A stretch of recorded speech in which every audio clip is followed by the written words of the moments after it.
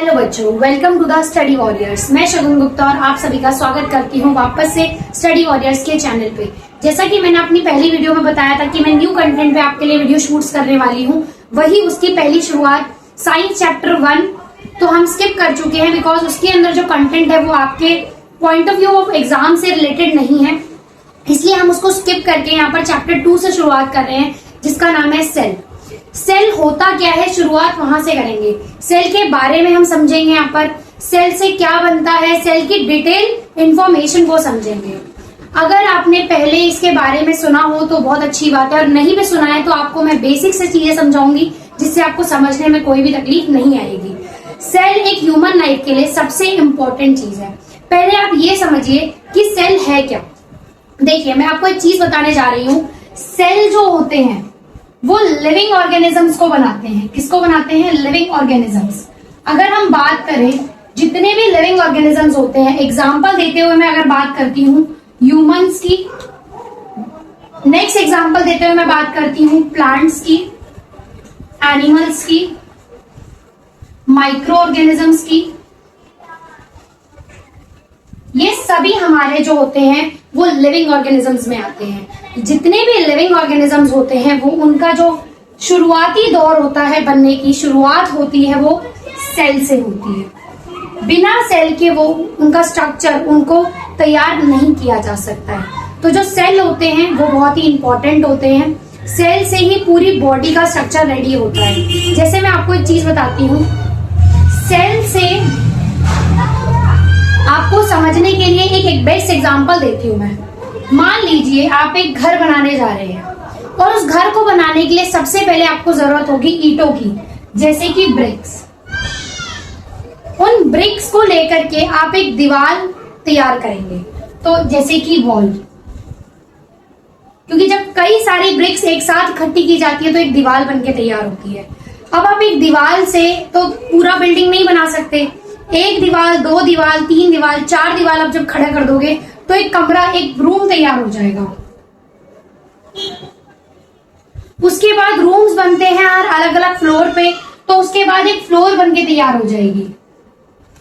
और जब कई सारी फ्लोर्स बनती है तो एक बिल्डिंग बनके तैयार हो जाती है।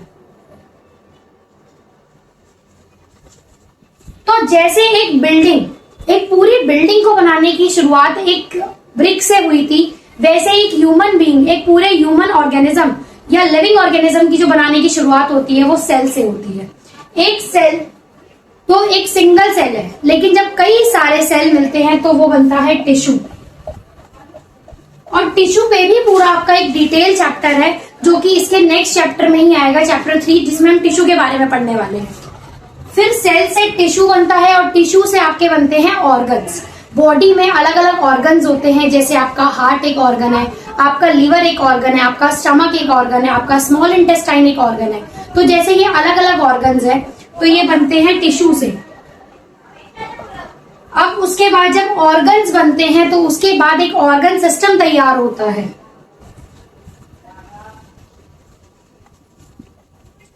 और जब आपकी बॉडी में कई सारे ऑर्गन सिस्टम बनते हैं, जैसे एक्सक्रिएटरी सिस्टम, जैसे रेस्पिरेटरी सिस्टम, जैसे डाइजेशन सिस्टम, जब ये सारे सिस्टम्स तैयार होते हैं तो पूरा ह्यूमन बीइंग यानी ऑर्गेनिज्म तैयार होता है। यहाँ पे हम ऑर्गेनिज्म इसलिए बोल रहे हैं क्योंकि हम यहाँ पे सारे लिविंग ऑर्गेनिजम्स को कंसीडर कर रहे हैं, एक पर्टिकुलर ह्यूमन बीइंग को कंसीडर नहीं कर रहे हैं। तो यहाँ पे सारे ऑर्गेनिजम्स की बात हो रही है, इसीलिए मैं यहाँ पे ऑर्गेनिज्म नहीं लिख रही हूँ, ना कि ह्यूमन बीइंग। तो आप इनमें कुछ सिमिलैरिटी देख पा रहे होंगे। एक ईंट से एक दीवार बनती है, एक दीवार से एक कमरा बनता है, कमरे से एक फ्लोर बनती है और फ्लोर लगा करके एक बिल्डिंग बनती है। वैसे ही एक सेल से कई सारे सेल्स को जब हम कलेक्ट करते हैं तो आपका टिश्यू बनता है और टिश्यू से ऑर्गन बनते हैं, ऑर्गन से ऑर्गन सिस्टम और ऑर्गेनिजम्स बनते हैं। अब हम ये बात तो हमने सेल की समझ ली कि सेल पूरे स्ट्रक्चर को तैयार करता है, तो सेल सबसे इंपॉर्टेंट होगा। इसीलिए सेल को हम structural and functional unit of life भी कहते हैं। सेल को हम दी स्ट्रक्चरल एंड फंक्शनल नहीं कह सकते, फंडामेंटल कह सकते, चलो फंक्शनल भी कह लेते हैं, फंक्शनल यूनिट ऑफ लाइफ। आप इसको फंक्शनल भी कह सकते हो और फंडामेंटल भी कह सकते हो। तो आपके ये स्ट्रक्चर को रेडी करने में सबसे बड़ा रोल है। अब हम बात करते हैं सेल की डिस्कवरी किसने की थी। तो बेटा जी जो आपकी बुकों में नाम दिया गया है वो दिया गया है रॉबर्ट हुक का, कि रॉबर्ट हुक एक साइंटिस्ट थे जिन्होंने सेल की डिस्कवरी की और इसकी डिस्कवरी 1665 में की गई थी।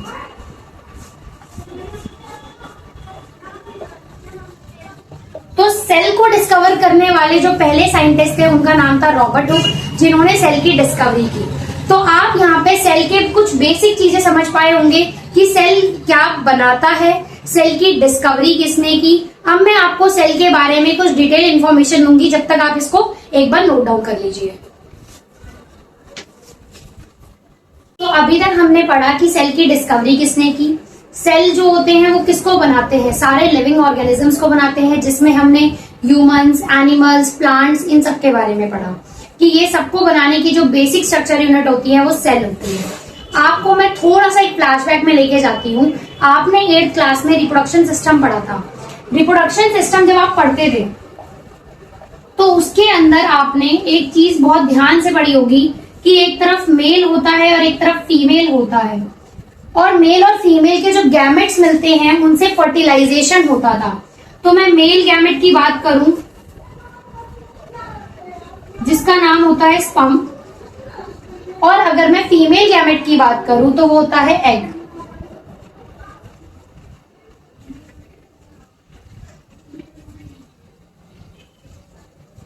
और जब स्पर्म और एग मिलते हैं तो उसके बाद आपका जाइगोट बनता था,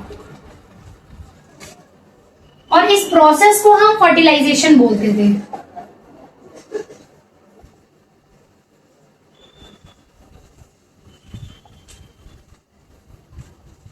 अब आप सोच रहे होंगे मैम ये क्यों पढ़ा रही हैं। ये इसलिए पढ़ा रही हूं बेटा कि यहाँ जो ये जाइगोट बनता था ये एक सिंगल सेल बनता था। ये जाइगोट एक सिंगल सेल था जिससे एक ह्यूमन बेबी रेडी होता है। और ऐसा नहीं है कि सिर्फ ह्यूमन बेबी रेडी होता है, कई सारे एनिमल, जैसे आपने फिश के लिए पढ़ा होगा, आपने फ्रॉग का बेबी को भी हम जाइगोट ही बोलते थे। तो आपने ये सब पढ़े होंगे कि जब मेल और फीमेल गैमेट मिलते हैं और उसके बाद जब फर्टिलाइजेशन होता है तो जाइगोट बनता है, और जो जाइगोट होता है वो हमारा यूनिसेलुलर होता है। यूनिसेलुलर, और इससे मैं आपको क्या समझाना चाह रही हूं मैं आपको वो बताती हूँ। जो सेल ऑर्गेनिजम्स होते हैं बेटा वो 2 तरीके के होते हैं। जो सेल ऑर्गेनिजम्स होते हैं वो 2 तरीके के पाए जाते हैं, एक यूनिसेलुलर, एक मल्टी सेलुलर।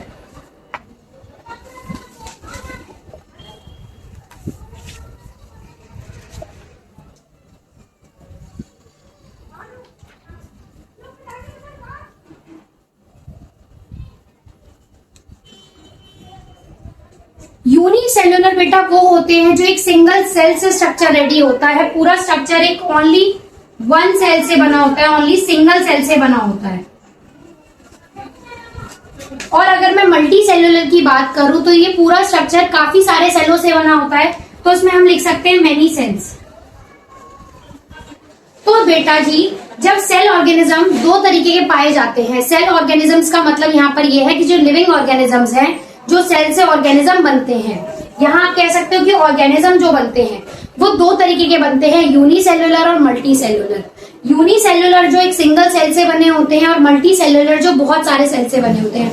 यूनिसेलुलर में आप एग्जांपल दे सकते हो बेटा जी जाइगोट का, क्योंकि जाइगोट जो होता है वो एक सिंगल सेल ही होता है। भले ही वो जाइगोट बाद में एम्ब्रॉय बनता था, मल्टी सेल्स में कन्वर्ट होता है, फिर बाद में ह्यूमन बीइंग का स्ट्रक्चर रेडी करता है जिसे हम फीटस बोलते हैं, लेकिन शुरुआती दौर में अगर आप उसका जाइगोट नाम बोल रहे हो तो जाइगोट को सिर्फ यूनिसेलुलर में ही कंसीडर किया जाता है।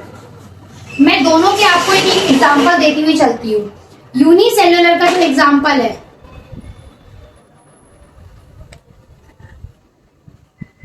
हाँ, तो बेसिकली यूनिसेलुलर और मल्टी सेलुलर के मैं कुछ एग्जांपल देना चाहूंगी आपको। यूनिसेलुलर में एक एग्जांपल आता है अमीबा, जो कि आप लोगों ने बहुत अच्छे से सुना होगा अभी तक।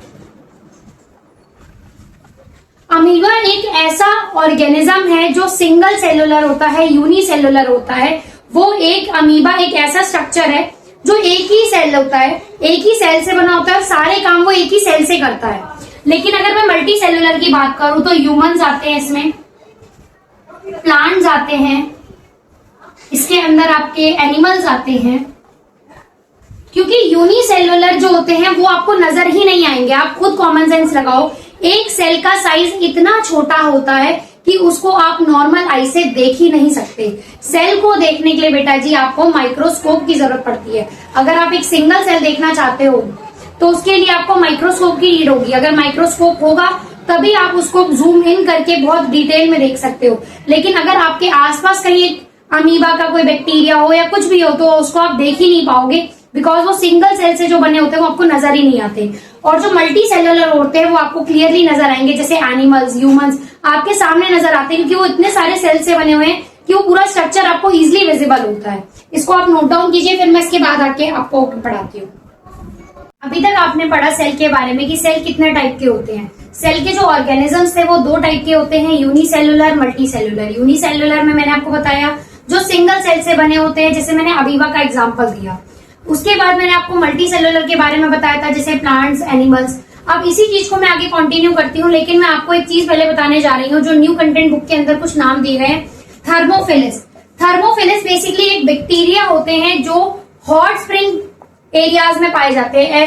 ऐसा रीजन जहां पर बहुत ही हॉट या हीट लविंग बैक्टीरिया जो होते हैं, जो आप कह सकते हो कि ऐसा बैक्टीरिया जिसको गर्म मौसम, हीट एरिया में ज्यादा रहना पसंद होता है, तो उन बैक्टीरियाज को आप थर्मोफिलिस कहते हो। ये आपकी बुक में एक न्यू नेम दिया हुआ है, इसको आप एड ऑन कर सकते हो। उसके बाद मैं आगे बढ़ती हूँ। सेल जो होते हैं वो बहुत ही छोटे होते हैं। सेल को आप अपनी नेक्ड आई से नहीं देख सकते। उसके लिए आपको जरूरत होगी मैग्निफिकेशन ग्लास की, या फिर आपको जरूरत होगी माइक्रोस्कोप की। माइक्रोस्कोप के अंदर भी मैग्निफिकेशन ग्लास ही लगा होता है, जिसकी नीड होती है आपको किसी छोटी से छोटी, बारीक से बारीक चीज को डिटेल में देखने के लिए।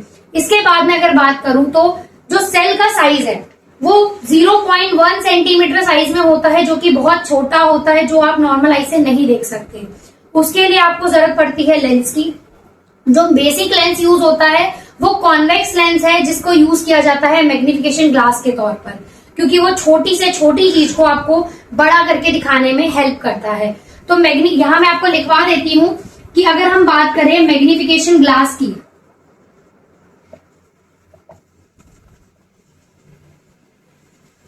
तो मैग्निफिकेशन ग्लासेस के अंदर हमारे जो लेंस यूज होते हैं वो कॉन्वेक्स लेंस यूज होते हैं, बिकॉज कॉन्वेक्स लेंस जो होते हैं वो छोटी से छोटी बारीक चीज को भी बड़ा करके डिटेल में दिखाते हैं।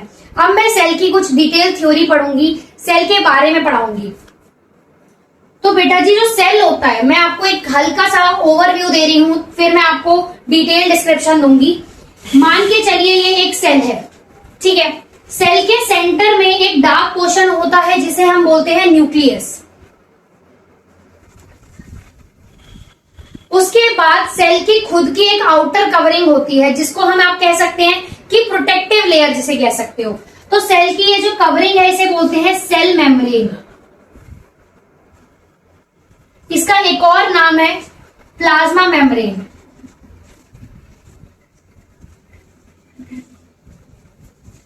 इसके सेल के अंदर एक लिक्विड भरा हुआ होता है, जिस लिक्विड का नाम होता है साइटोप्लाज्म।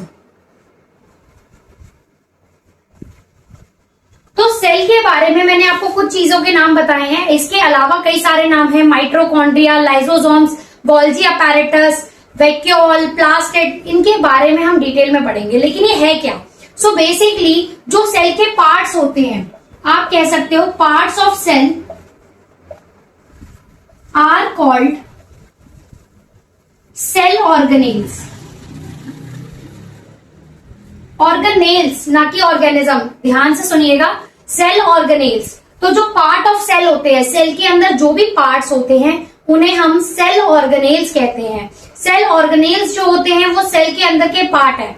जैसे मैं एक एग्जांपल देके थोड़ा आपको समझाती हूं तो आपको समझ आएगा। हमारी बॉडी में अलग अलग पार्ट होते हैं, जैसे आपके हाथ, नाक, कान, मुंह, उन सबका काम अलग अलग है। वैसे ही सेल में भी जो अलग अलग पार्ट है उनका काम अलग अलग है। अब सेल के अंदर न्यूक्लियस का काम अलग है, प्लाज्मा मेम्ब्रेन का काम अलग है, साइटोप्लाज्म का काम अलग है, माइटोकॉन्ड्रिया का काम अलग है। ऐसे ही हर एक पार्ट का काम अलग है। मैं आपको एग्जांपल देके समझाती हूँ। घर में जब 10 मेंबर होते हैं तो 10 मेंबरों का अलग अलग काम होता है। सबका काम डिवाइड होता है, लेकिन घर में जब एक ही मेंबर होता है तो सारा काम उसी को करना पड़ता है। जैसे अभी आपने एक चीज पढ़ी थी कि सेल के अंदर, जैसे मैंने आपको बताया यूनिसेल्युलर मल्टी सेल्युलर, तो यूनिसेल्युलर में एक सिंगल सेल है, सारे काम उसके अंदर जितने भी सेल के पार्ट है वो खुद ही करेंगे।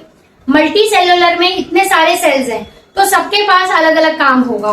वैसे अब मैं अगर एक सिंगल सेल की बात कर रही हूं तो उस सेल के अंदर भी अलग अलग पार्ट्स हैं, उनका काम भी अपना अलग अलग होगा। तो एक बार आप इसको नोट डाउन कीजिए, उसके बाद फिर मैं आपको आगे बताती हूँ। अब हम कंटिन्यू करने वाले हैं आगे इसी के। तो सेल के जब पार्ट्स हम पढ़ने जा रहे हैं तो सबसे पहले हम पहले पार्ट के बारे में पढ़ेंगे जिसका नाम है सेल मेम्ब्रेन। अभी आपको मैंने एक सेल का स्ट्रक्चर दिखाया जिसमें मैंने सेंटर में एक न्यूक्लियस बनाया था। उसके बाद ये थी हमारी सेल मेम्ब्रेन, जिसका एक और नाम मैंने आपको बताया था प्लाज्मा मेम्ब्रेन। तो बेटा जी अभी हम सेल मेम्ब्रेन यानी कि प्लाज्मा मेम्ब्रेन के बारे में पढ़ेंगे, तो अब उसको हम समझते हैं डिटेल में। देखिए मैं आपको एक एग्जांपल देके समझाती हूँ। घर, मान लीजिए आपका एक बिल्डिंग में अपार्टमेंट है, तो आपने देखा होगा जब बिल्डिंग्स होती हैं, अपार्टमेंट्स होते हैं, तो उसकी पूरे अपार्टमेंट की एक बाउंड्री होती है, एक दीवार होती है। जैसे आप अपार्टमेंट में एंटर करते हो तो एक पूरी दीवार से प्रॉपर बाउंड्री बनी होती है और बीच में एक गेट होता है। अब जहां गेट होता है वहां से एंट्री या एग्जिट की परमिशन मिलती है। जब बिल्डिंग अपार्टमेंट्स होते हैं तो वहां पर ऐसा तो नहीं है कि कोई भी एंट्री कर लेगा, ऐसे तो भाई चोर वगैरह भी घर में घुस सकते हैं। तो इसलिए आपके घरों में भी दरवाजे लगाए जाते हैं कि कोई भी थीफ अंदर ना आ सके, कोई भी चोर अंदर से बाहर बाहर से अंदर ना आ सके। अंदर से तो कहाँ ही आएगा, तो इसीलिए तो वही चीज होता है सेल मेम्ब्रेन का रोल। सेल मेम्ब्रेन का रोल क्या होता है हम उसको समझते हैं। देखो बेटा जी, ये एक तरीके से इसका एक और नेम है selectively permeable membrane.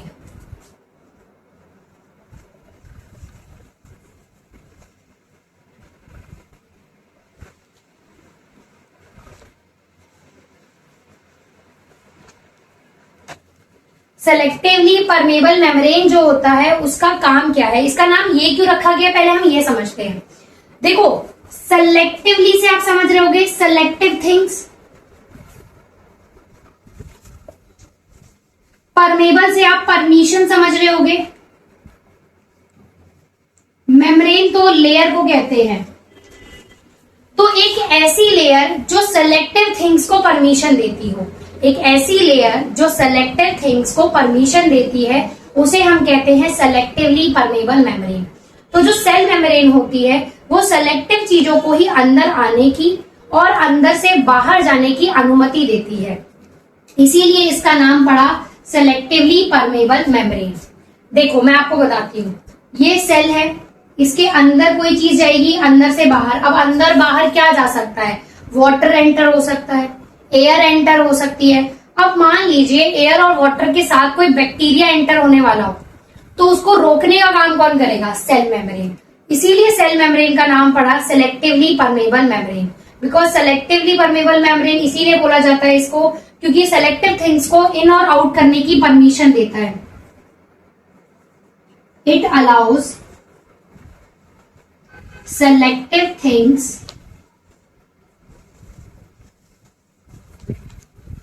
to enter or exit within the cell। Basically ये अलाउ करता है सेलेक्टिव चीजों को एंटर या एग्जिट करने के लिए सेल के अंदर या बाहर जाने के लिए। कोई भी चीज ऐसी ना हो कि इंपॉर्टेंट चीज बाहर निकल जाए या अनवांटेड चीज अंदर आ जाए, उसको रोकने का काम कौन करेगा, सेल मेम्ब्रेन। तो यहां तक आपको आई थिंक मुझे ऐसा लगता है कि सेल मेम्ब्रेन बहुत अच्छे समझ आ गया होगा। इसको आप इतना भी नोट डाउन करोगे तो सफिशिएंट है आपके लिए, इसको एक बार नोट डाउन कर लीजिए। जैसा कि अभी तक मैंने आपको बताया कि सेल मेम्ब्रेन का क्या रोल था, कि सेल मेम्ब्रेन सेलेक्टिव चीजों को आना जाना करता था। अब मैं आगे बताती हूँ, अंदर बाहर करने में परमिशन देता था। डिफ्यूजन क्या होता है, डिफ्यूजन एक प्रोसेस होती है जो एक्सचेंज ऑफ गैसेस करती है। एक्सचेंज ऑफ गैसेस मतलब एक गैस को अंदर आना और एक गैस का अंदर से बाहर जाना, तो इसे एक्सचेंज ऑफ गैसेस को कहते हैं डिफ्यूजन। डिफ्यूजन उस प्रोसेस का नाम है। जैसे सेल जो होता है, जैसे कि मान लीजिए ये आपका एक सेल है, तो उसके अंदर ऑक्सीजन एंटर कर रही है और उसमें से कार्बन डाइऑक्साइड बाहर आ रही है, तो ये क्या हो गया, एक्सचेंज ऑफ गैसेस हो गया, oxygen in carbon dioxide out, तो इसे क्या बोलते हैं, डिफ्यूजन। इसके बाद ऑसोमोसिस क्या होता है, ऑसोमोसिस सेम टाइप ऑफ डिफ्यूजन है but in the different way. जैसे उसके अंदर गैस का एक्सचेंज होता है, इसमें वाटर का एक्सचेंज होता है, तो ऑसोमोसिस एक प्रोसेस है जिसमें एक्सचेंज ऑफ वाटर होता है। अब एक्सचेंज ऑफ वाटर 3 तरीके से होता है, मैंने आपको 2 तरीके बताए हैं, थर्ड में इसके बाद नेक्स्ट बताती हूँ। सबसे पहले है आइसोटोनिक सॉल्यूशन।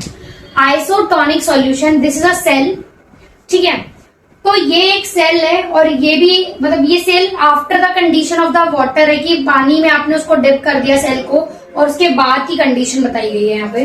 तो देखिए, solute concentration of extra cellular medium, जो सॉल्यूट की कंसंट्रेशन होती है एक्स्ट्रा सेल्यूलर मीडियम के अंदर, वो बराबर होती है solute concentration of intra cellular medium. मैं आपको इसका मतलब समझाती हूँ।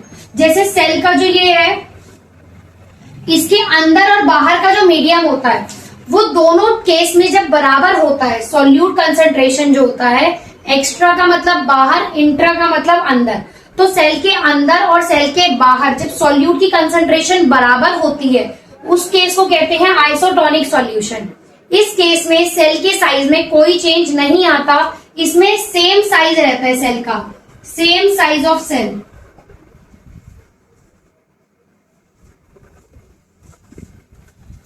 तो आइसोटोनिक सॉल्यूशन में सॉल्यूट की कंसंट्रेशन एक्स्ट्रा सेल्यूलर मतलब बाहर सेल्यूलर के और अंदर सेल्यूलर के, दोनों के सेल के अंदर और बाहर की जो मीडियम होती है, जो कंसंट्रेशन होती है सॉल्यूट की, वो बराबर रहती है। दूसरा है हाइपोटोनिक सॉल्यूशन। आप देख रहे होगे इसमें ये छोटे छोटे हैं और इसमें ये बड़े हो गए हैं। इट मीन्स कि इस कंडीशन में ये स्वेल अप हो जाते हैं। क्या हो जाते हैं, स्वेल अप हो जाते हैं, फूल जाते हैं। तो यहाँ पर सेल का सेम साइज रहता है, यहाँ कोई डिफरेंस नहीं आता साइज में, लेकिन यहाँ सेल का जो साइज है वो बढ़ जाता है क्योंकि सेल जो है वो स्वेल हो जाते हैं, फूल जाते हैं। क्यों फूल जाते हैं, उसका reason, solute concentration of extra cellular medium ज्यादा कम होता है as compare to solute medium of intra cellular medium. इसका मतलब ये है कि अंदर का जो सॉल्यूट कंसंट्रेशन है वो बाहर के मुकाबले ज्यादा है। अंदर, मैं दोबारा अपनी लाइन को रिपीट करती हूँ, जो अंदर का मीडियम, जो इंटर सेल्यूलर मीडियम है, अंदर का जो मीडियम है और जो बाहर का मीडियम है, अंदर का मीडियम जो उसके अंदर जो सॉल्यूट की कंसंट्रेशन है वो ज्यादा है एज कंपेयर टू बाहर। तो जब अंदर की इंट्रासेल्यूलर की जो सॉल्यूट की कंसंट्रेशन जब अंदर ज्यादा होगी सेल के, बाहर कम होगी, इस केस को बोलते हैं हाइपोटोनिक।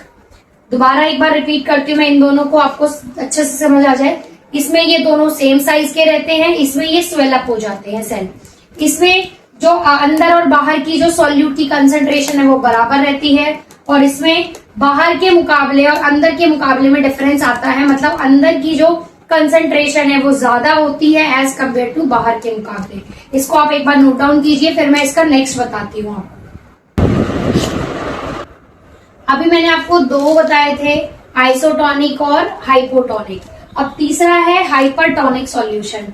हाइपरटोनिक सॉल्यूशन के अंदर क्या होता है, आप देख रहे होंगे कि सेल का जो ये साइज है वो थोड़ा बड़ा बड़ा है और बाद में सेल का जो साइज है वो छोटा हो गया है। इट मीन्स कि जो सेल है वो श्रिंक हो जाता है, उसका साइज कम हो जाता है, जो कि मैंने यहाँ लिख के दिखा दिया है आपको कि हाइपरटोनिक सॉल्यूशन के केस में जो सेल का साइज है वो श्रिंक हो जाता है, कम हो जाता है। अब इस केस को मैं आपको बताती हूँ कि सॉल्यूट की जो concentration of extra cellular medium ज्यादा होती है as compare to solute concentration of intra cellular medium. इसका मतलब ये है कि सेल के बाहर का जो सॉल्यूट कंसंट्रेशन होता है एज कंपेयर टू अंदर वो ज्यादा होता है। इस केस में आप देख सकते हो बाहर का ज्यादा है और हाइपोटोनिक में अंदर का ज्यादा होता था। तो दोनों में यही एक फर्क है। आइसोटोनिक में बहुत सिंपल है कि दोनों में सेम साइज है, because solute of concentration intracellular और एक्स्ट्रा सेल्यूलर में दोनों में सेम थी, तो उसमें कोई साइज के अंदर चेंज नहीं आता। लेकिन अभी मैंने आपको एक हाइपो का बताया और एक हाइपर का बताया। हाइपो और हाइपर में एक यही फर्क है कि हाइपो के अंदर आप याद कर सकते हो। हाइपो को आप स्वेल से याद कर लो और हाइपर को आप श्रिंक से याद कर लो कि हाइपो में स्वेल होता है, हाइपर में श्रिंक होता है। तो हाइपो में क्या होता था, इंटरसेल्युलर मीडियम ज्यादा होता था, अंदर मीडियम ज्यादा है, ऑब्वियस सी बात है। मान लीजिए अगर सेल के अंदर पानी भर जाएगा, अंदर पानी का प्रेशर ज्यादा होगा तो वो स्वेलअप हो जाएगा। तो जब उस केस में अंदर ज्यादा है, अंदर प्रेशर ज्यादा है, मतलब अंदर जो सॉल्यूट की कंसंट्रेशन है वो ज्यादा है, इस केस में वो स्वेलअप होता है। बट अगर बाहर की कंसंट्रेशन ज्यादा हो और अंदर की कंसंट्रेशन कम हो, उस केस में वो श्रिंक हो जाता है। तो यहाँ पर हाइपरटोनिक में क्या होता है, सॉल्यूट की कंसंट्रेशन जो होती है वो बाहर के मुकाबले, अंदर के मुकाबले बाहर की ज्यादा होती है। बाहर कंसंट्रेशन ज्यादा है, अंदर कम है, इस वजह से उसका जो साइज है वो छोटा हो जाता है, श्रिंक हो जाता है। यहां तक आपका ये 3 केसेस जो होते हैं वो क्लियर होते हैं, जिसमें ऑसोमोसिस ही हो रहा है। बट एक हाइपो है जिसमें सेम साइज है, आइसोटोनिक है जिसमें सेम साइज है, हाइपोटोनिक है जिसमें स्वेलअप होता है, एंड हाइपरटोनिक है जिसमें श्रिंक होता है। आई थिंक सो आपको ये तीनों पॉइंट्स अच्छे से क्लियर हो गए होंगे। इसके बाद आपके बताती हूँ सेल मेम्ब्रेन, जो अभी हम सेल के बारे में पढ़ रहे हैं, भाई वो किसी चीज से तो बनी होगी ना। हर चीज इस दुनिया में किसी ना किसी चीज से बनी है, तो उसको बनने के लिए किसी चीज की तो जरूरत पड़ी होगी। तो सेल मेम्ब्रेन को बनने के लिए किसकी जरूरत पड़ती है, लिपिड्स एंड प्रोटीन की। तो जो आपकी सेल मेम्ब्रेन होती है वो 2 चीज से बनती है, लिपिड्स एंड प्रोटीन। लिपिड जो है, अब आप बोलोगे मैम लिपिड क्या होते हैं, बेटा जी लिपिड एक तरीके का फैट मॉलिक्यूल है, तो इसको आप कह सकते हो कि एक फैट ही है एक तरीके का। तो लिपिड्स बस एक फैट का ही दूसरा नाम कह सकते हो याद करने के लिए। तो जो सेल मेम्ब्रेन होते हैं वो लिपिड्स और प्रोटीन से बने होते हैं। यहां तक एक बार आप नोट डाउन कीजिए। इसके बाद एक टॉपिक है इसमें फ्लूइड मोसैक का। फ्लूइड मोसैक मॉडल है जो नया इस टॉपिक की बुक के अंदर आया हुआ है, एक नया टॉपिक है, वो मैं इसके बाद आपको बताती हूँ। एक बार इसको नोट डाउन कीजिए। अभी तक हमने सेल मेम्ब्रेन के बारे में पढ़ा, उसके अंदर कैसे पानी, एयर, जो एक्सचेंज ऑफ गैसेस होता था, एक्सचेंज ऑफ वाटर होता था, कितने तरीके से होता था, उन चीजों को हमने पढ़ लिया। अब हम सेल मेम्ब्रेन के लास्ट टॉपिक पे आ चुके हैं जिसका नाम है फ्लूइड मोसैक मॉडल। इसको हम थोड़ा सा समझते हैं क्या है। मेम्ब्रेन जो होती है वो लिपिड बाइलेयर होती है। लिपिड बाइलेयर का मतलब डबल लेयर होती है, एक लेयर ऐसे होती है और एक लेयर ऐसे होती है। ये लेयर जो होती है इसमें एक हेड होता है और नीचे ऐसे टेल होती है। जो हेड होती है, जो ये हेड है, ये वाटर अट्रैक्टिंग होती है। क्या होती है, वाटर अट्रैक्टिंग। वाटर अट्रैक्टिंग का मतलब ये है कि ये जो हेड है ये वाटर को अट्रैक्ट करती है, और ये जो टेल है ये वाटर को रिपेल करती है। रिपेल का मतलब आप कह सकते हो कि उससे दूर भागती है, उसको दूर हटाती है। तो मेम्ब्रेन जो है वो लिपिड बाइलेयर है इस तरीके से। तो यहाँ पर ये आप देख रहे होगे ये हेड बने हुए हैं जो वाटर अट्रैक्टिंग हेड होते हैं। यहाँ पर पानी अट्रैक्ट होता है, यहाँ पानी जो है वो अट्रैक्ट होता है, इकट्ठा होता है, और अंदर का जो हिस्सा है ये वाटर रिपेलिंग टेल्स है। इसकी जो एक एग्जैक्ट फोटो है वो मैं यहाँ पर साइड में आपको शो कर दूंगी, आपको नजर आएगी क्लियर, जो कलरफुल वीडियो फोटो है। तो बेसिकली जो मेम्ब्रेन है वो लिपिड बाइलेयर होती है, जो मैंने आपको यहाँ पर बता दिया। उसके बाद मॉलिक्यूल्स जो होते हैं इसके अंदर, जो भी मॉलिक्यूल साइड वे कर सकते हैं, फ्लिप कर सकते हैं, रोटेट कर सकते हैं विद इन द मेम्ब्रेन, उनको आप फ्लूइड बोलते हो। क्या बोलते हो, फ्लूइड। ऐसे मॉलिक्यूल जो मूव करते हैं साइड वे, फ्लिप करते हैं, रोटेट करते हैं विद इन द मेम्ब्रेन, उनको हम फ्लूइड बोलते हैं। इसके बाद अगर मैं आगे बढ़ूं तो जो प्रोटीन होता है मेम्ब्रेन में वो एक गेटकीपर का काम करता है। गेटकीपर यानी किसी भी चीज को, किसी भी हेल्प सब्सटेंस को अंदर आने में हेल्प करता है। कि गेटकीपर का काम क्या होता है, किसी भी चीज को अंदर आने की परमिशन देना या अंदर से बाहर जाने की परमिशन देना। तो ये हेल्प करता है सब्सटेंस को पास थ्रू होने के लिए मेम्ब्रेन से। तो प्रोटीन का रोल आपको समझ आ गया, मॉलिक्यूल्स का काम समझ आ गया है। फ्लूइड जो होता है वो कैसे, जो मॉलिक्यूल्स होते हैं जो मूव करके जाते हैं, साइड वे, फ्लिप, रोटेट करते हैं मेम्ब्रेन के अंदर, उन्हें फ्लूइड बोलते हैं। और जो मोसैक मॉडल है, अच्छा एक मोसैक वर्ड से आप क्या समझते हो, पहले मैं वो समझाती हूँ। मोसैक मॉडल का मतलब यहाँ पर ये है बेटा जी कि मोसैक एक तरीके की ऐसी वॉल होती है जिसमें जो सेल्स है वो एक डिफरेंट काइंड ऑफ अरेंजमेंट होता है। जैसे कि आपने पहले के टाइम में देखा होगा जो दीवारें होती थी उसमें ब्रिक्स को कुछ इस तरीके से लगाया जाता था।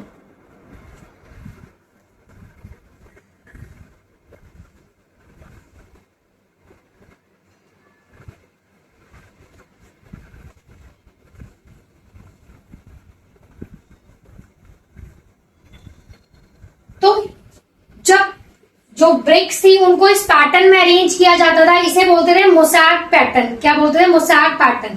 तो यही जो पैटर्न है इसी को बोलते हैं मोज़ैक। क्या बोलते हैं? Mosaic pattern. तो सेल्स जो होते हैं वो इसी तरीके से अरेंज होते हैं। सेल जब एक दूसरे से चिपके, क्यों देखो हमारी स्किन में भी तो काफी सारे सेल्स हैं, तो सेल एक दूसरे से अटैच हो रखा है। तो जब एक सेल दूसरे सेल से अटैच होता है तो वो उसका कुछ जो अटैच होते हैं वो कुछ इसी मॉडल में अटैच होते हैं, जिसे बोलते हैं मोज़ैक मॉडल। इसके बाद आपका सेल मेम्ब्रेन का टॉपिक पूरी तरह खत्म हो जाता है। इसके बाद हम सेल वॉल के बारे में पढ़ेंगे, जो कि सेकेंड टॉपिक है।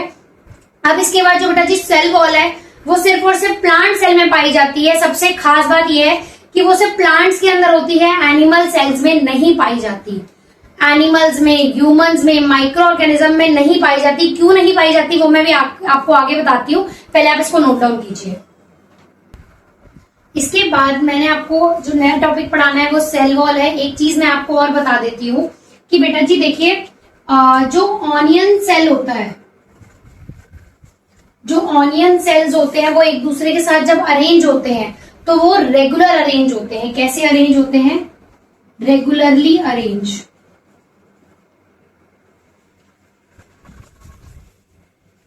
लेकिन अगर मैं बात करूं इसका मतलब जो ऑनियन सेल्स होते हैं वो रेगुलरली अरेंज होते हैं, लेकिन मैं बात करूं चीक सेल की, जो चीक सेल्स होते हैं बेटा जी वो इरेगुलरली अरेंज होते हैं। कैसे अरेंज होते हैं? रेगुलरली।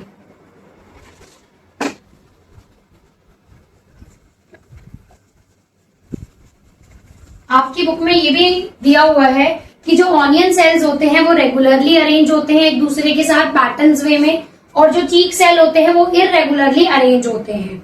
इसके बाद आते हैं सेल वॉल पे। सेल वॉल जो होती है सिर्फ और सिर्फ प्लांट सेल में पाई जाती है। It present in plant cell. तो जो सेल वॉल होती है सिर्फ और सिर्फ प्लांट सेल में पाई जाती है, ये आपके एनिमल सेल्स में नहीं पाई जाती। क्यों नहीं पाई जाती? उसका रीजन है क्योंकि ये प्लांट सेल को, प्लांट को रिजिड बनाने में हेल्प करती है। क्या करती है? It helps it provides rigidity and hardness to the plant. तो बेसिकली जितने भी प्लांट में सेल है, पूरा प्लांट ऑब्वियस ही बात है वो भी एक मल्टी सेलुलर है क्योंकि उसमें भी कई सारे सेल्स है, तभी वो आपको विजिबल हो रहा है। तो जो आपका प्लांट होता है उसके जो सेल होते हैं उनके ऊपर सेल वॉल होती है। सेल वॉल होती क्या है मैं आपको दिखा देती हूँ। जैसे मान लीजिए ये सेल है, सेंटर में ये न्यूक्लियस है, इसके ऊपर एक और लेयर बनी होती है जिसे हम बोलते हैं cell wall. Cell wall upper layer होती है और सेल मेम्ब्रेन इनर लेयर होती है।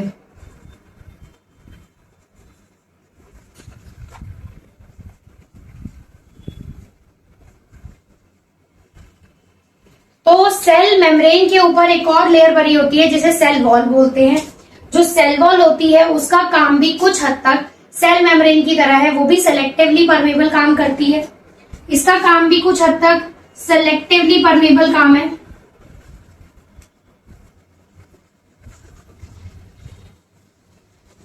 इसे भी आप सेलेक्टिवली परमेबल मेम्ब्रेन इसलिए कह सकते हो क्योंकि ये भी सेलेक्टिव चीजों को ही अंदर या बाहर जाने के लिए अलाउ करती है। और मेन काम जो है इसका कि it provides rigidity and hardness to the plant, कि प्लांट जो होता है वो हार्ड होता है, स्टिफ होता है। आपने देखा होगा प्लांट एक ही जगह स्ट्रेट खड़ा रहता है, उसका रीजन है सेल वॉल। क्या ह्यूमन बींग्स में या एनिमल्स के अंदर सेल वॉल होती है? तो इसका जवाब है नो, क्योंकि आपकी जो स्किन है बेटा जी वो फ्लेक्सिबल है, ये फ्लेक्सिबल है। अगर हार्डनेस होती तो आपका हाथ, आपकी स्किन एक जगह बिल्कुल हार्ड रहती जैसे प्लांट की स्टेम होती है। अच्छा, सेल वॉल लीव्स के अंदर भी होती है, रूट्स में भी होती है, स्टेम में भी होती है, फ्लावर में भी होती है, क्योंकि उसको एक जो उसका स्ट्रक्चर है, उसका जो आप कह सकते हो डिजाइन है, उसका जो शेप है वो रिजिड रहे, वो वैसा का वैसा ही रहे, उसके लिए उसके अंदर क्या प्रेजेंट होती है? Cell wall. Cell wall plant के अंदर पाई जाती है, ह्यूमंस एनिमल्स में नहीं पाई जाती। और इसका काम कुछ हद तक सिलेक्टिवली परमेबल मेम्ब्रेन की तरह ही रोल होता है, क्योंकि सेलेक्टिव चीजों को अंदर या बाहर आने के लिए अलाउ करती है। और सेल वॉल के अंदर आपका बस इतना ही टॉपिक है, इसको आप एक बार नोट डाउन कीजिए, फिर मैं आगे फॉरवर्ड करती हूँ। अच्छा, आपको मुझे एक चीज और बतानी है सेल वॉल के बारे में। जैसे हमने पढ़ा कि सेल मेम्ब्रेन दो चीजों से बनती है, लिपिड और प्रोटीन से, वैसे ही आपको अब यहाँ पर पढ़ना है सेल वॉल किससे बनती है। तो बेटा जी, जो सेल वॉल है, यहां मैं लिख के दिखा देती हूं, it is made up of cellulose. किससे बनी होती है? सेल्यूलोज से। तो जो सेल वॉल है वो सेल्यूलोज से बनी होती है बेटा जी। और सेल्यूलोज क्या है? It is a type of a carbohydrate. ये एक तरीके का कार्बोहाइड्रेट का टाइप है, जिसके अंदर कई सारे ग्लूकोज जब एक साथ ज्वाइन होते हैं, एक साथ टाइप होते हैं, तो वो एक बनता है जिसे आप सेल्यूलोज कहते हो। तो जो सेल वॉल है वो सेल्यूलोज से बनी होती है। आपके खाने के अंदर भी सेल्यूलोज होता है, जैसे आप खाने में रफेज जो खाते हो उसके अंदर भी सेल्यूलोज प्रेजेंट होता है। तो जो सेल्यूलोज है उससे ही ये सेल वॉल बनी होती है, जो कि हार्ड रहती है। लेकिन ह्यूमंस के अंदर, एनिमल्स के अंदर तो सेल वॉल होती ही नहीं है। तो इस चीज का आपको एक याद रखना है, जब कई बार क्वेश्चन आ जाता है एनिमल सेल और प्लांट सेल में डिफरेंस करने के लिए, तो ये बहुत बड़ा टॉपिक है कि सेल वॉल जो है वो प्लांट सेल में तो प्रेजेंट होती है, बट एनिमल सेल में प्रेजेंट नहीं होती है। इसके अलावा इसमें कुछ भी नहीं है। देन मैं इसके बाद एक नेक्स्ट टॉपिक फॉरवर्ड करती हूँ। तो अभी मैंने आपको सेल वॉल के बारे में पढ़ाया, अब उसके बाद मैं कंटिन्यू करती हूँ। तो सेल बेटा जी दो टाइप के होते हैं। सेल जो है यहाँ दो टाइप के हम पढ़ने वाले हैं, एक यूकैरियोटिक सेल, एक प्रोकैरियोटिक, सॉरी मैंने उल्टा बोल दिया, prokaryotic cell and eukaryotic cell. तो प्रोकैरियोटिक सेल्स क्या होते हैं और यूकैरियोटिक सेल क्या होते हैं? सबसे पहले ये पाए किस में जाते हैं? प्रोकैरियोटिक सेल ज्यादातर यूनिसेल्युलर में पाए जाते हैं, या आप कह सकते हो बैक्टीरियाज में पाए जाते हैं। जो प्रोकैरियोटिक सेल्स है ना तो वो ह्यूमंस में होते, ना प्लांट्स में होते, ना एनिमल्स में होते। तो जो प्रोकैरियोटिक सेल्स है बेटा जी वो ज्यादातर यूजुअली यूनिसेल्युलर में पाए जाते हैं। कहाँ पाए जाते हैं? यूनिसेल्युलर में। और जो यूकैरियोटिक सेल होते हैं वो आपका यूनिसेल्युलर में भी हो सकते हैं और मल्टी सेल्युलर में भी हो सकते हैं। तो खास बात यह है कि प्रोकैरियोटिक मेनली माना जाता है कि बैक्टीरिया में होते हैं, इसीलिए मैंने यहाँ बैक्टीरियल सेल लगाया है। तो होता क्या है कि प्रोकैरियोटिक सेल के अंदर lack of cell defined nucleus and membrane bound organelles होते हैं। इसका मतलब मैं आपको समझाती हूँ क्या होता है। जैसे मान लीजिए ये एक सेल है, सेल की आपको पता है सेल मेम्ब्रेन होती है, वैसे ही न्यूक्लियस की भी खुद की एक मेम्ब्रेन होनी चाहिए, वैसे ही माइटोकॉन्ड्रिया की भी एक मेम्ब्रेन होनी चाहिए, वैसे ही वैक्यूल की भी अपनी मेम्ब्रेन होनी चाहिए, वैसे ही लाइसोसोम्स, गोल्जी अपैरेटस, जितने भी मैंने आपको बताए थे कि अंदर सेल ऑर्गेनेल्स होते हैं, उनकी खुद की अपनी अपनी एक मेम्ब्रेन होनी चाहिए, जिससे उनका अपना एक सेपरेशन बन सके। अब होता क्या है, प्रोकैरियोटिक में यही चीज नहीं होती और बीच में न्यूक्लियस भी होता था। तो आपने ये चीज तो मैंने आपको बताई थी स्टार्टिंग में कि सेल के अंदर अलग अलग पार्ट्स होते हैं। प्रोकैरियोटिक मैंने आपको बताया सेल के अंदर अलग अलग पार्ट्स होते हैं, जैसे माइटोकॉन्ड्रिया, लाइसोसोम्स। अब यहाँ भी वो है, बट सबसे मेन चीज यहाँ पर ये है कि जो इनकी लेयर है ये यहाँ पर लेयर नहीं होती। लैक ऑफ का मतलब यहाँ यही है कि जैसे न्यूक्लियस की एक लेयर होती है वो यहाँ लेयर नहीं होती। तो जब किसी की भी लेयर नहीं होगी तो ये कुछ ऐसे ऐसे पाए जाएंगे। तो अब यहाँ पर क्या हो रहा है, जब किसी की भी पर्टिकुलरली कोई एक लेयर है ही नहीं, किसी की भी एक पर्टिकुलर मेम्ब्रेन नहीं है, तो सब कुछ एक दूसरे में मिक्सअप हो जाएगा। वो होते हैं प्रोकैरियोटिक सेल। कि प्रोकैरियोटिक सेल्स के अंदर ना तो न्यूक्लियस की अपनी एक लेयर होती, मेम्ब्रेन होती। मेम्ब्रेन का मतलब क्या है कि जैसे ये सेल है, ये न्यूक्लियस है, तो ये न्यूक्लियस की लेयर है, मेम्ब्रेन है, दरवाजा है उसका। वैसे ही क्या यहाँ पर इस न्यूक्लियस का दरवाजा है? नहीं है। तो ये न्यूक्लियस कहीं भी मिक्स हो सकता है? हो सकता है, बिल्कुल। तो प्रोकैरियोटिक सेल्स के अंदर lack of cell organelle, lack of cell well defined nucleus होता है, मतलब न्यूक्लियस जो है वो प्रॉपर डिफाइंड नहीं होता, उसकी लेयर नहीं होती। वैसे ही जो अदर इसके अंदर आपके ऑर्गेनेल्स है जैसे माइटोकॉन्ड्रिया, वैक्यूल, उनकी भी एक मेम्ब्रेन नहीं होती। लेकिन अगर मैं यूकैरियोटिक सेल्स की बात करूं तो ये प्लांट और एनिमल सेल होते हैं जिसमें एक प्रॉपर डिफाइंड न्यूक्लियस की मेम्ब्रेन है, प्रॉपर डिफाइंड एक माइटोकॉन्ड्रिया की मेम्ब्रेन है। तो हर चीज की एक प्रॉपर मेम्ब्रेन होती है। यहाँ पर देखो फर्क दोनों में एक यही है कि यहाँ पर हर एक पार्ट का, हर सेल ऑर्गेनेल और न्यूक्लियस की अपनी एक लेयर है, अपनी एक मेम्ब्रेन है, अपनी एक बाउंड्री है, जिससे वो हर एक चीज अलग अलग सेपरेट नजर आती है। लेकिन प्रोकैरियोटिक के अंदर किसी की भी खुद की अपनी एक लेयर नहीं है, अपनी एक बाउंड्री नहीं है, जिसकी वजह से सब कुछ एकदम इंटरमिक्सिंग हो जाता है। यहाँ पर जो मोस्टली जो सेल्युलर एक्टिविटीज होती हैं वो डायरेक्टली होती है साइटोप्लाज्म के अंदर, क्योंकि सब कुछ साइटोप्लाज्म में मिक्स हो चुका है। आपको मैंने बताया था कि सेल जो होता है उसके सेंटर में न्यूक्लियस, आसपास साइटोप्लाज्म होता है, और जो भी अदर सेल ऑर्गेनेल होते हैं बेटा जी वो यहीं पर घूमते रहते हैं सेल साइटोप्लाज्म में। अब अगर सोचो इनकी खुद की लेयर ही नहीं है तो ये सब तो किस में मिक्स हो जाएंगे, साइटोप्लाज्म में। तो यहाँ वही लिखा है कि जितनी भी सेलुलर एक्टिविटी होती है वो डायरेक्टली कहाँ होती है, साइटोप्लाज्म के अंदर। बट यहाँ पर ऐसा कॉन्सेप्ट नहीं होता, क्योंकि यहाँ पर सबका काम अलग अलग है, क्योंकि सबकी अपनी अपनी मेम्ब्रेन है, बाउंड्रीज हैं। तो प्रोकैरियोटिक और यूकैरियोटिक में एक यही डिफरेंस आता है जो आपका क्लियर होता है। इसके बाद मैं आगे बढ़ती हूँ न्यूक्लियस के बारे में।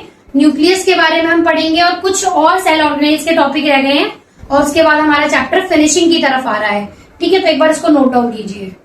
अभी हमने सेल के अंदर पढ़ा सेल के बारे में, सेल की डिस्कवरी किसने की, फिर हमने पढ़ा कि सेल कितना टाइप के ऑर्गेनिजम्स होते हैं, यूनिसेल्युलर, मल्टीसेल्युलर। फिर हमने उसके बाद पढ़ा सेल मेम्ब्रेन के बारे में, फिर उसके बाद हमने सेल वॉल को डिटेल में पढ़ा। उसके बाद हम सेल ऑर्गेनेल की तरफ आ रहे थे, जिसमें अभी हमने इतनी चीजें हमने डिटेल में पढ़ ली। उसके बाद हमने प्रोकैरियोटिक और यूकैरियोटिक सेल के बारे में पढ़ा। अब हम आगे बढ़ने वाले हैं न्यूक्लियस, माइटोकॉन्ड्रिया और आपका लाइसोसोम्स, वैक्यूल और ये गोल्गी अपैरेटस, ये सारे टॉपिक्स हम पढ़ेंगे। तो अभी हमारा जो फर्स्ट पार्ट है उसके अंदर हम ये सारी चीजें पढ़ चुके हैं। जो अदर पार्ट्स है, जो आगे का चैप्टर आधा बचा हुआ है, वो आपको सेकेंड पार्ट में देखने के लिए मिलेगा। तो आपका फर्स्ट पार्ट जो है, जिसके अंदर आपको मैंने चैप्टर का जो आधा पोर्शन है वो प्रॉपरली समझा दिया है, इसके आगे के जो आधे पोर्शन बचे हैं वो हम सेकेंड पार्ट में कंटिन्यू करेंगे। तो इसी चैप्टर में आपको इसी तरीके से समझने के लिए सेकेंड पार्ट में हमारे साथ जरूर जुड़ना है। इसी पार्ट को हम कंटिन्यू करेंगे आगे नेक्स्ट पार्ट के अंदर। और see you in the next video. And जरूर याद से पहले तो जो हमारा चैनल है स्टडी वॉरियर्स, उसको सब्सक्राइब करना ना भूले, बेल आइकन को प्रेस करना ना भूले। Thank you so much. See you in the next video.